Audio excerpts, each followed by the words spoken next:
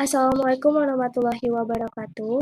Sebelumnya, yang terhormat Bapak Dr. Rifhan SEMSI dan Ibu Dr. Zainur M. Rusdi SEMSC selaku dosen pengampu mata kuliah Perilaku Organisasi kelas C. Lalu kami dari kelompok 4 akan mempresentasikan materi kami yaitu kepribadian dan perbedaan individu. Di sini izinkan saya untuk memperkenalkan anggota dari kelompok kami. Sebelumnya izin memperkenalkan diri, saya Eci Aurelia Putri dengan akhir NPM 133 dan teman-teman saya yaitu Kalisa Halia Aprindra, Nimade Krisnanda Satyawati, Natalia San Artika, dan Amira Syahida Ramadan. Baik, tanpa berlama-lama lagi, mari kita masuk ke materi pertama. Oke, untuk pengantar saya akan menjelaskan apa itu tentang perilaku organisasi. Jadi, perilaku organisasi ini tuh bidang ilmu yang mempelajari tentang bagaimana individu, kelompok, dan juga organisasi atau struktur organisasi itu dapat mempengaruhi perilaku manusia di dalam suatu organisasi dengan tujuan untuk meningkatkan efektivitas, produktivitas, kemudian juga kepuasan kerja, mengurangi turnover, mengurangi konflik antar karyawan yang ada, dan mensejahterakan anggota organisasi tersebut. Nah, model dari perilaku organisasi itu ada 3. Ada tingkat individu, kelompok, dan juga organisasi. Untuk tingkat individu itu membahas tentang kepribadian karyawan, motivasi mereka, dan juga persepsi mereka. Sedangkan untuk tingkat kelompok itu membahas tentang komunikasi antar tim, terus juga kepemimpinan di dalam tim itu, konflik yang terjadi, dan juga tim itu sendiri. Dan untuk tingkat organisasi itu membahas tentang budaya organisasi tersebut, struktur organisasi yang ada, dan juga perubahan-perubahan yang ada di dalam organisasi tersebut. Dan di perilaku organisasi itu ada tantangan globalnya, dimana kita harus bersaing di pasar internasional. Kita juga bakal miliki keberagaman tenaga kerja dari berbagai budaya dan sosial yang berbeda dengan kita. Kita juga harus menyesuaikan dengan teknologi digital yang ada, dan kita itu dituntut untuk kritis dalam menghadapi segala praktik-praktik bisnis yang tidak berdasarkan dari teori John Holland. Itu ada 6 tipe kepribadian. Yang pertama ada realistik, dimana kita itu suka aktivitas yang berbentuk fisik dan juga praktik, dimana kita akan menggunakan alat atau mesin untuk bekerja dengan tangan kita sendiri. Kemudian juga itu ada artistik, dimana kita itu suka dengan kebebasan, kita suka untuk mengekspresikan diri kita sendiri, kreatif dan juga imajinatif. Kemudian tuh ada sosial. Sosialnya tuh kita suka membantu orang lain, terus kita juga suka bekerja sama. Mungkin kita juga suka mengajar atau melayani masyarakat gitu. Kemudian ada enterprising. Enterprising ini kita suka memimpin, kita mempengaruhi rekan kerja kita. Kemudian juga kita tuh bisa berbisnis dan kita bisa mengambil resiko.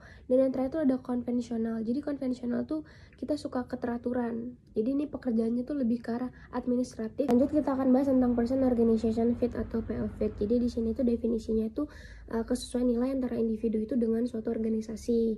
Nah, di mana dampaknya itu orang itu bakal cenderung lebih memilih suatu organisasi yang sesuai dengan kepribadian mereka untuk meningkatkan kepuasan kerja, komitmen mereka, dan juga mengurangi turnover. Jadi contohnya itu nih, suatu karyawan itu bakal menghargai inovasi dan lebih betah di startup yang kreatif dibandingkan di perusahaan birokratis. Yang kedua itu ada person group fit atau PG fit, di mana definisinya itu kesesuaian antara karakteristik individu dengan tim atau kelompok kerja di tempat ia bergabung atau bekerja.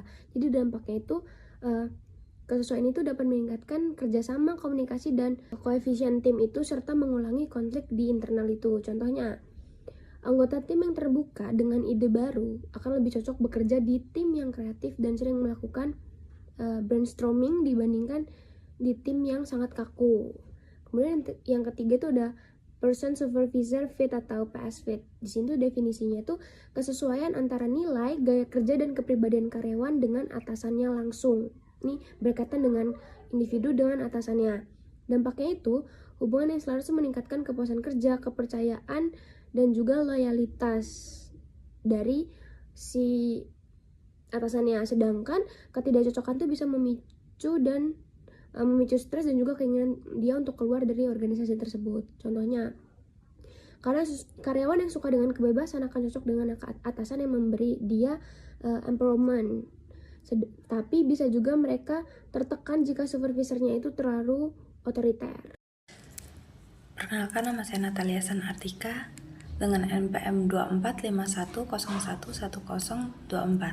Di sini saya akan menjelaskan materi mengenai definisi dan pengukuran kepribadian.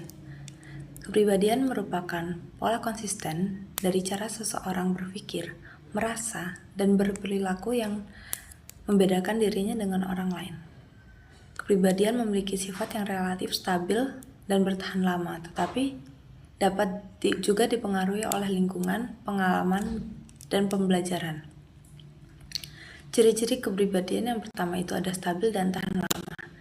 Kepribadiannya ini tidak mudah berubah dalam jangka pendek.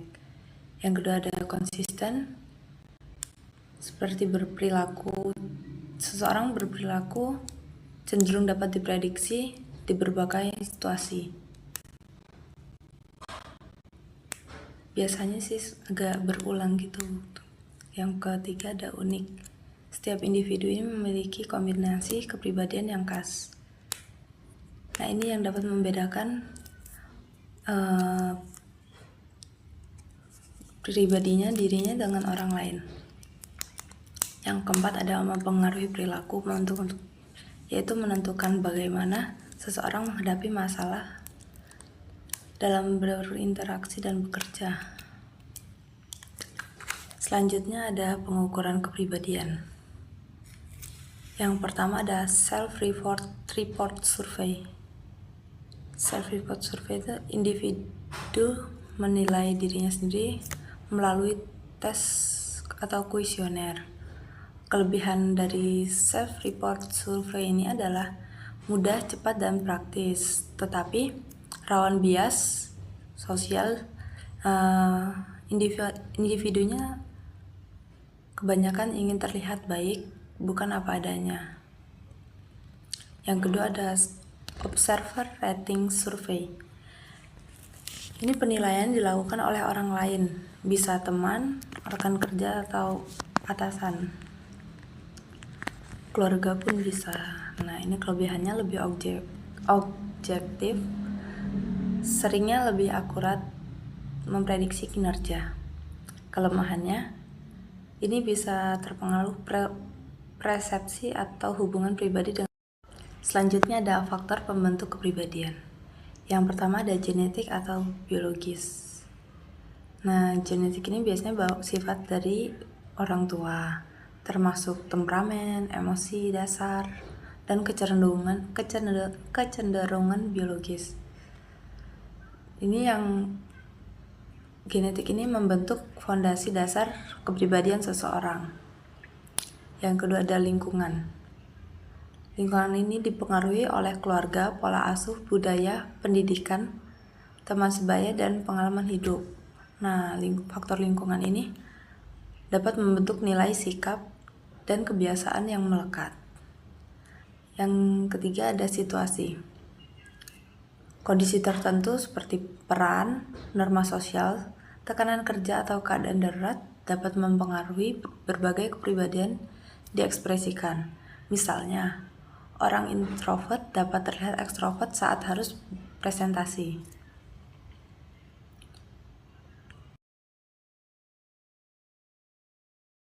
Indikator atau MBTI. MBTI ini adalah alat tes kepribadian yang mengklarifikasikan individu ke dalam 16 tipe berdasarkan kombinasi dari 4 dimensi. Yang pertama ada extrovert dan introvert. Ini adalah cara memperoleh energi dari luar maupun dari dalam. Yang kedua ada sensing dan intuitif. Cara memproses informasi dapat dilakukan menggunakan fakta detail atau ide atau intuisi. Yang ketiga ada thinking dan feeling.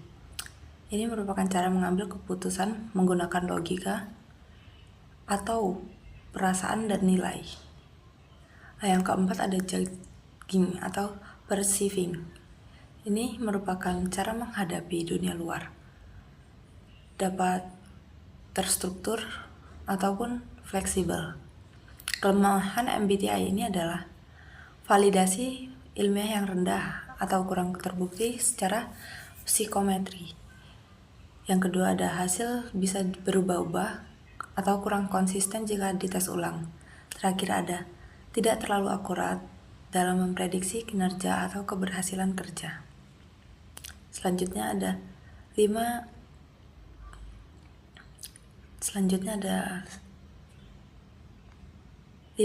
model besar personality atau kita sebut Big Five Personality Model. Ini merupakan model kepribadian yang paling banyak digunakan dalam psikologi dan perilaku organisasi karena terbukti valid secara ilmiah dan dapat memprediksi perilaku kerja.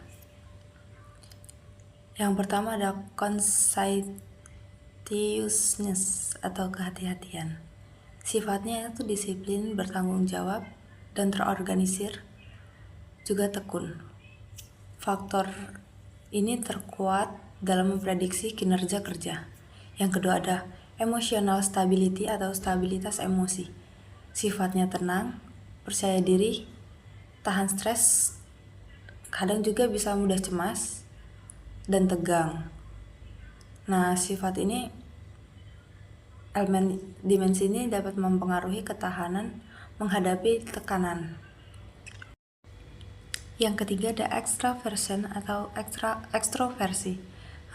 Sifatnya ini supel, energik, dominan, dan suka bersosialisasi. Dimensi ini cocok untuk pekerjaan yang butuh interaksi sosial, misalnya sales atau manajer. Yang empat ada openness to experience atau keterbukaan pada pengalaman. Sifatnya itu, individu itu sifatnya biasanya kreatif, imajinatif, terbuka pada ide baru, dan suka belajar. Dimensi ini penting dalam inovasi dan pekerjaan kreatif. Yang terakhir ada agreeableness atau keramahan atau kooperatif. Ini sifatnya ramah, suka membantu, dan mudah bekerja sama, baik untuk kerja tim, pelayanan, dan membangun hubungan. Selanjutnya ada dark triads. Ini merupakan 3 sifat kepribadian gelap yang dapat berdampak negatif dalam organisasi. Yang pertama ada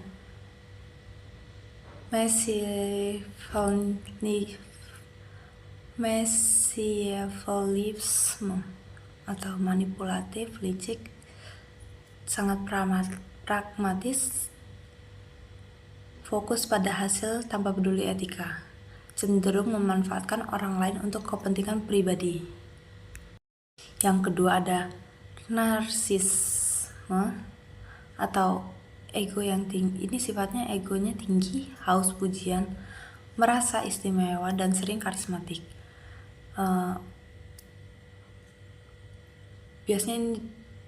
Biasanya individu ini dapat tampil percaya diri, tetapi juga arogan dan sifatnya sulit menerima kritik.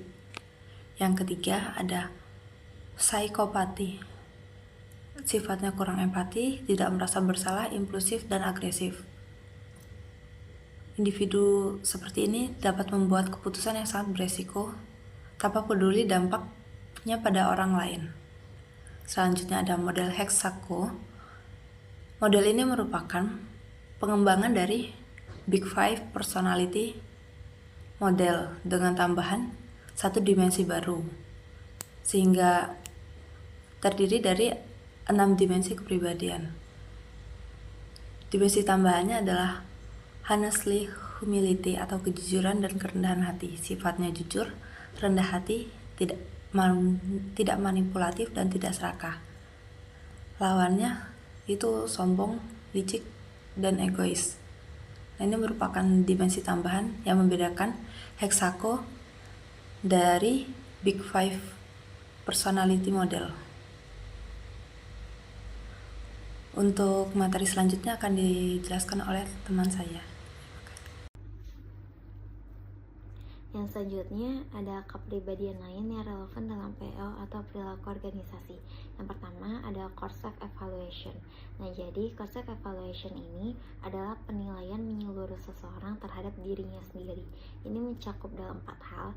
Yang pertama ada harga diri, yaitu sejauh mana individu menghargai dirinya.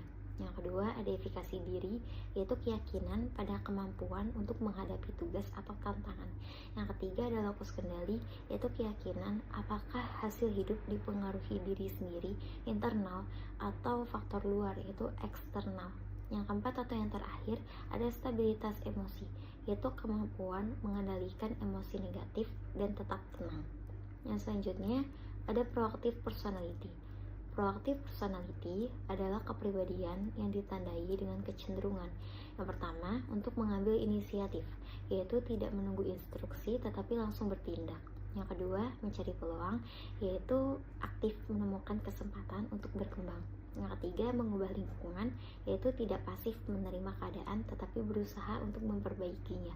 Yang keempat atau yang terakhir ada berorientasi jangka panjang, yaitu konsisten dalam mencapai tujuan meski ada hambatan. Yang selanjutnya ada self monitoring. Self monitoring adalah kemampuan individu yang pertama untuk mengamati diri dan lingkungan, yaitu peka terhadap isyarat sosial. Yang kedua ada menyesuaikan perilaku, yaitu mampu mengubah sikap atau ekspresi sesuai dengan situasi. Yang ketiga ada mengelola kesan, yaitu menampilkan citra diri yang tepat agar bisa diterima oleh orang lain. Selanjutnya ada peran situasi dalam perilaku. Kepribadian mempengaruhi perilaku tidak selalu langsung, karena situasi bisa memperkuat atau memperlemah pengaruhnya. Yang pertama dalam peran situasi dalam perilaku ada strong situation. Strong situation adalah kondisi yang pertama di mana norma dan aturan sangat jelas, yaitu memberi petunjuk tegas tentang perilaku yang tepat. Yang kedua ada pengawasan ketat, yaitu ada konsekuensi jelas jika melanggar.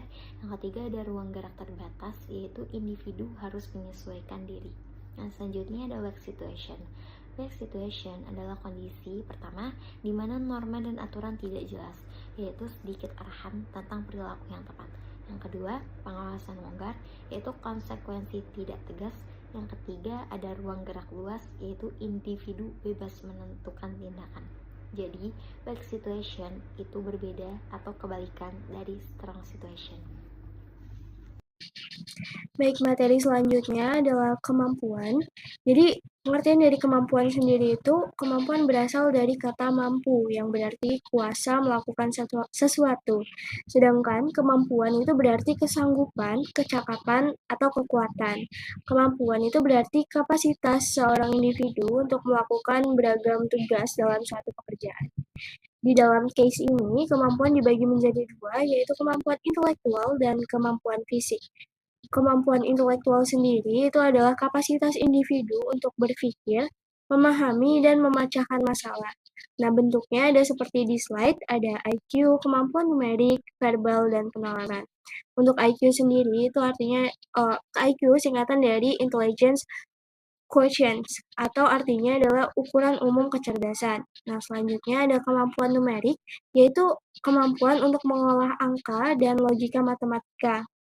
Selanjutnya ada verbal. Kemampuan verbal itu adalah kemampuan memahami, menyusun, dan menyampaikan bahasa. Dan yang terakhir ada kemampuan penalaran, yaitu kemampuan menarik kesimpulan dan memecahkan masalah. Yang kedua ada kemampuan fisik, yaitu kemampuan kapasitas tubuh untuk melakukan aktivitas yang membutuhkan tenaga dan koordinasi, mencakup kekuatan, kelincahan, dan stamina. Untuk kekuatan sendiri, itu adalah daya otot untuk mengangkat, mendorong, dan menarik beban. Dan untuk kelincahan, itu adalah kemampuan bergerak cepat, luas, dan terkoordinasi. Serta yang terakhir adalah stamina, itu adalah daya tahan tubuh untuk beraktivitas dalam waktu lama tanpa cepat lelah. Baik, selanjutnya adalah materi tentang nilai atau value. Jadi untuk pengertiannya sendiri, nilai itu adalah keyakinan dasar, prinsip, atau standar perilaku yang dianggap penting, baik, dan diinginkan oleh individu atau kelompok yang berfungsi sebagai pedoman dalam menentukan sikap dan tindakan sehari-hari. Jadi di dalam case ini, nilai itu ada 3. Yang pertama ada terminal values, ada instrumental values, dan cultural values. Untuk yang pertama, terminal values itu adalah nilai yang berhubungan dengan tujuan akhir hidup yang ingin dicapai seseorang. Contohnya seperti kebebasan, yaitu hidup mandiri tanpa tekanan. Terus contoh lainnya ada keamanan, yaitu rasa aman secara fisik maupun ekonomi. Ada kebahagiaan, yaitu hidup yang sejahtera dan memuaskan. Ada kedamaian, yaitu kehidupan harmonis tanpa konflik. Serta ada kesuksesan, yaitu pencapaian prestasi dan pengakuan. Nilai yang kedua ada instrumental values, yaitu nilai yang berhubungan dengan cara atau perilaku yang dianggap tepat untuk mencapai tujuan hidup atau terminal values itu tadi. Untuk contohnya, ada kejujuran, yaitu bertindak jujur dalam segala situasi. Ada disiplin, yaitu konsisten dalam menjalani aturan dan komitmen. Terus ada kerja keras, yaitu berusaha semaksimal mungkin untuk mencapai tujuan. Serta ada tanggung jawab, yaitu dapat dipercaya dalam menjalankan tugas. Dan yang terakhir ada sopan santun, yaitu menjaga etika dalam berhubungan dengan orang lain. Value yang terakhir ada cultural values. Nah, jadi cultural values ini adalah nilai yang dianut bersama dalam suatu budaya yang memengaruhi perilaku, pola pikir, dan interaksi sosial. Menurut Hofstede, perbedaan antar negara itu dapat dilihat dari beberapa dimensi. Yang pertama, ada individualisme versus kolektivisme. Nah, ini adalah fokus pada kepentingan pribadi versus kepentingan kelompok. Yang kedua, ada jarak kekuasaan atau power distance, yaitu sejauh mana ketidaksetaraan kekuasaan itu diterima. Yang ketiga, ada maskulinitas dan feminitas, yaitu penekanan pada kompetisi, prestasi, dan kepedulian, kualitas hidup. Nah, yang keempat ada penghindaran ketidakpastian atau uncertainty avoidance. Itu adalah toleransi terhadap situasi tidak pasti atau ambiguitas. Yang kelima, ada orientasi jangka panjang versus jangka pendek, yaitu fokus pada perencanaan masa depan versus nilai tradisi dan hasil cepat. Dan yang terakhir, ada indulgence versus restraint, yaitu kebebasan menikmati hidup versus pengendalian ketat terhadap keinginan. Sekian materi dari saya, terima kasih. Kesimpulannya adalah kepribadian dan perbedaan individu memang berperan penting dalam menentukan kepuasan kerja, kinerja, komitmen organisasi, dan perilaku etis. Namun, pengaruh tersebut tidak berdiri sendiri, melainkan sangat bergantung pada situasi kerja, misalnya budaya, organisasi, kepemimpinan, dan sistem penghargaan, serta kesesuaian orang lingkungan, kayak person job fit dan person organization fit. Jika kepribadian selaras dengan tuntunan pekerjaan dan nilai organisasi, maka karyawan cenderung lebih puas, berkomitmen tinggi, berkinerja baik, dan berperilaku etis. Sebaliknya, jika terjadi ketidakcocokan, maka potensi positif kepribadian bisa terhambat, bahkan menimbulkan masalah dalam organisasi.